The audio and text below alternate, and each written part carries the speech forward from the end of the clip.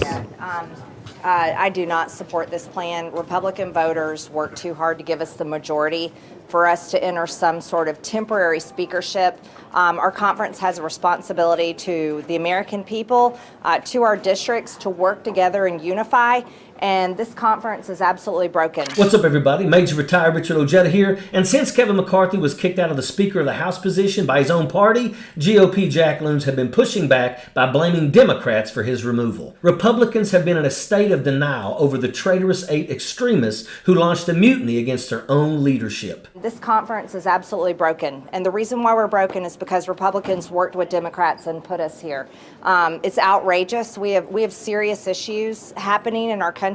Terrorists have come across our border. War is breaking out in Israel. War is continuing in Ukraine. The economy is getting worse and worse, and inflation is crushing everyone's ability to afford to live.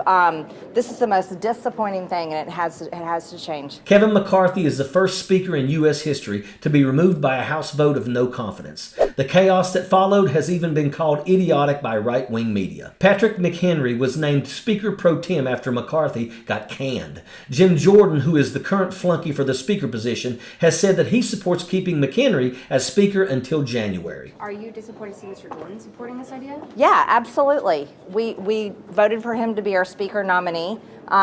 We only had 2 votes. I wanted to see it keep going today and find a way to work with the holdouts to get together so that we can continue doing our work. And I don't know why this is happening, so I'm very disappointed. Republicans cannot seem to agree on who should lead them and want to make special rules. McHenry was a close McCarthy ally. He helped McCarthy get the speakership and helped negotiate the debt limit deal with President Biden that angered certain far-right Republicans. The traitorous 8 group was led by Matt Gaetz. They are extremists who were angry about the debt ceiling negotiations. I think that we should all be able to find a path in that room right there, and that requires putting the egos down. It requires humility. It requires the 8 Republicans that work with Democrats to put us here asking for forgiveness in the conference and people giving forgiveness and us moving forward.